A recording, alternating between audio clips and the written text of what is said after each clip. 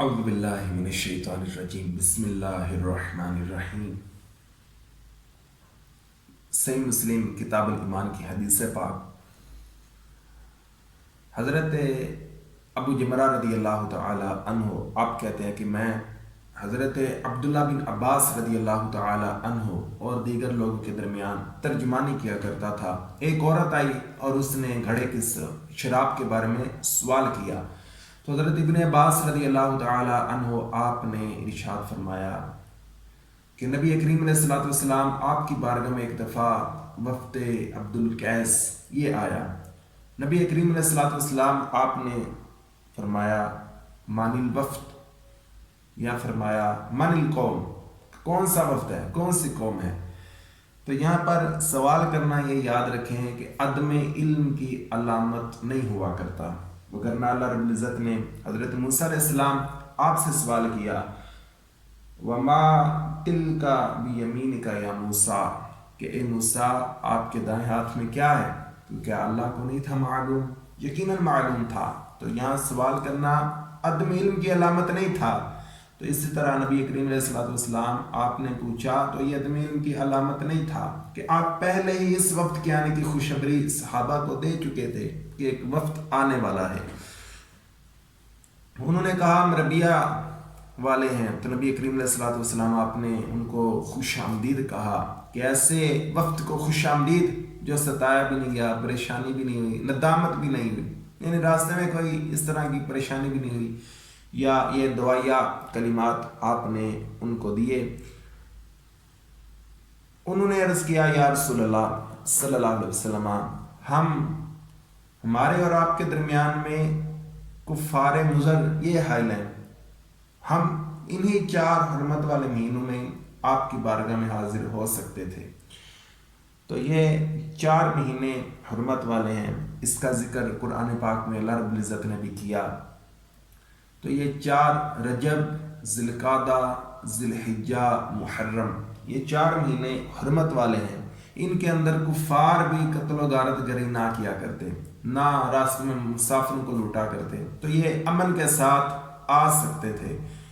تو ہمیں بھی ان مہینوں کا، اور بالعموم تو ہر دن ہر مہینے کا، لیکن خصوصاً ان 4 مہینوں کا احترام کرنا چاہیے، اور ان میں گناہ کرنے، ظلم کرنے، دیگر معاملات، ان سے بندے کو زیادہ بچنے کی کوشش کرنی چاہیے۔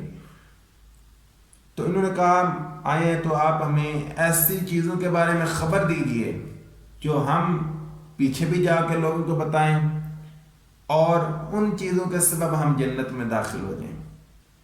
تو نبی کریم علیہ الصلوۃ والسلام آپ نے 4 چیزوں کا حکم کیا اور 4 چیزوں سے منع کیا۔ امرہم بالایمان باللہ وحدہ، ایمان باللہ، اللہ کی پر ایمان لانے کا حکم دیا، اور فرمایا حل تدرون من مل ایمان باللہ، کیا تم جانتے ہو کہ اللہ پر ایمان لانا کیا ہے؟ تو انہوں نے کہا اللہ و رسولہ اعلم، کہ اللہ اور اس کا رسول زیادہ بہتر جانتے ہیں۔ تو یہ صحابہ ان کا ادب ہوا کرتا تھا، انہوں نے کبھی بھی نہیں کہا اللہ عالم، صرف اللہ جانتا ہے، بلکہ صحابہ حدیث پڑھیں جہاں بھی بات آئے گی تو یہی کہیں گے اللہ و رسولہ اعلم، کہ اللہ اور اس کا رسول جانتے ہیں۔ تو نبی کریم علیہ الصلوۃ والسلام آپ نے پھر ایمان باللہ اس کی تشریح کی، فرمایا شہادت اللہ الہ الا اللہ و ان محمد رسول اللہ، اس بات کی گواہی دینا کہ اللہ کے علاوہ کوئی معبود نہیں، اور محمد صلی اللہ علیہ وسلم اللہ کے رسول ہیں۔ تو ایمان باللہ میں رسالت کا بھی ذکر ہوا۔ تو نبی کریم علیہ الصلوۃ والسلام آپ پر ایمان لائے بغیر اللہ پر ایمان لانا بھی کامل نہیں ہو سکتا، کہ ایمان باللہ اس کی تشریح میں نبی کریم علیہ الصلوۃ والسلام نے رسالت کا بھی ذکر کیا۔ آگے جو باقی چیزیں تھیں ان کا حکم دیا، وہ اقام الصلاۃ، نماز قائم کرنے، زکوٰۃ ادا کرنے، رمضان کے مہینے کے روزے رکھنے، اور یہ کہ جو غنیمت حاصل ہو اس میں سے 5واں حصہ یہ ادا کیا جائے، اور 4 چیزوں سے منع کیا۔ دبا والحنتم والمزفت، اور بعض روایتوں کے اندر نکیر کا بھی ذکر ہے۔ تو یہ 4 شراب پینے کے برتن تھے۔ تو مزفت شراب پینے کا پیالہ، حنتم یہ شراب کی چھوٹی گڑا جس کو کہیں، تو دوسری چیز دبا، تو یہ کدو کا پیالہ ہوتا، اندر سے کھوکھلا کر کے اس کے اندر شراب اس میں پی جاتی۔ اسی طرح نکیر یہ بھی درخت کی جڑ ہوتی جس کو کھوکھلا کر کے اس کے اندر شراب رکھتے۔ تو یہ 4 برتن ان سے آپ نے منع فرما دیا۔ تو یہ ابتدا میں تھی، شراب نئی حرام ہوئی تھی، تو ان چیزوں کو دیکھ کر، برتنوں کو دیکھ کر کہ شراب کی یاد نہ آ جائے، پھر نہ اس میں مبتلا ہو جائیں، تو اس سے منع کیا گیا۔ یہ ابتدائی طور پر تھا، پھر بعد کے اندر ان برتنوں کے اندر پینے کی شربت، پانی وغیرہ پینے کی اجازت عطا کر دی گئی۔ اب یہ بندہ اگر کوئی برتن استعمال کرتا ہے تو اس کے لیے جائز ہے، دیگر روایات میں اس کی اجازت عطا فرمائی گئی۔